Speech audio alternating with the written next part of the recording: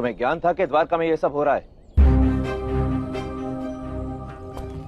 हाँ दाऊ, कुछ समय से ऐसा हो रहा है। मैंने रोकने का प्रयत्न किया, किंतु द्वारकावासी बार बार अधर्म की ओर बह जाते हैं। नदी जब झरना बनती है तो उसकी गति और बढ़ जाती है। समाज भी जब अधर्म की ओर चलता है तो शीघ्र ही अधर्म में डूब जाता है। इस सब के लिए युधिष्ठिर दोषी है। उसने उस द्यूत सभा में अपनी पत्नी को दांव पर लगाया और अब समग्र आर्यावर्त में लोग उसी घृणित आचरण का अनुसरण कर रहे हैं। नहीं बड़े भैया, नहीं। दोष ना भ्राता युधिष्ठिर का है और ना ही भ्राता दुर्योधन का।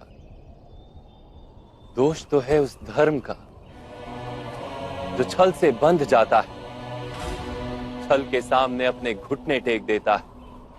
वास्तव में वो परंपराओं का अंध अनुकरण है, धर्म तो है ही नहीं। अपना तात्पर्य स्पष्ट करो कान्हा।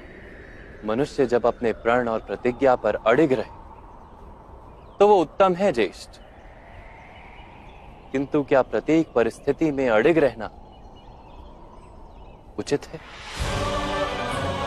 उस द्यूत सभा में भी यही हुआ।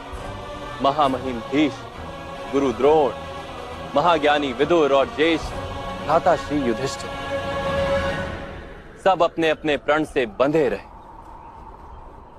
परंपराओं का अंध अनुकरण करते रहे। अपने प्रण, अपनी प्रतिज्ञा का पालन करना ही उन्होंने धर्म माना। यदि किसी एक ने भी अपना प्रण, अपनी प्रतिज्ञा तोड़ी होती,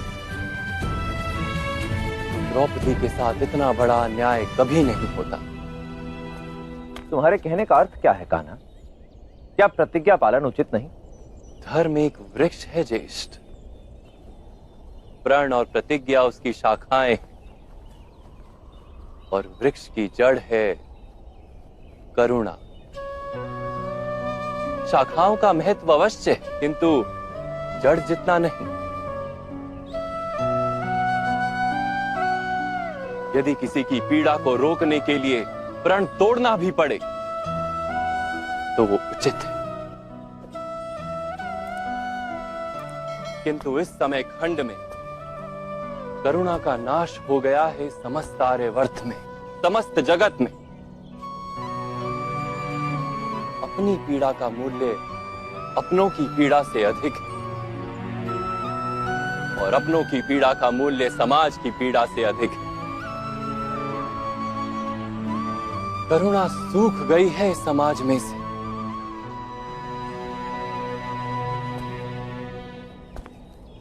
जब करुणा नहीं होती समाज में तो लोग एक दूसरे से बंधते नहीं हैं ज्येष्ठ,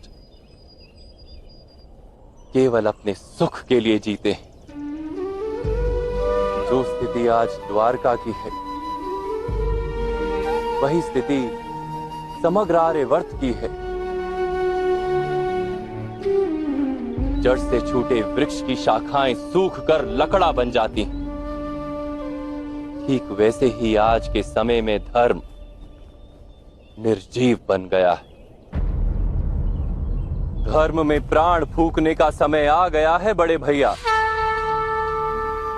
समाज को एक बार फिर धर्म का ज्ञान देना होगा।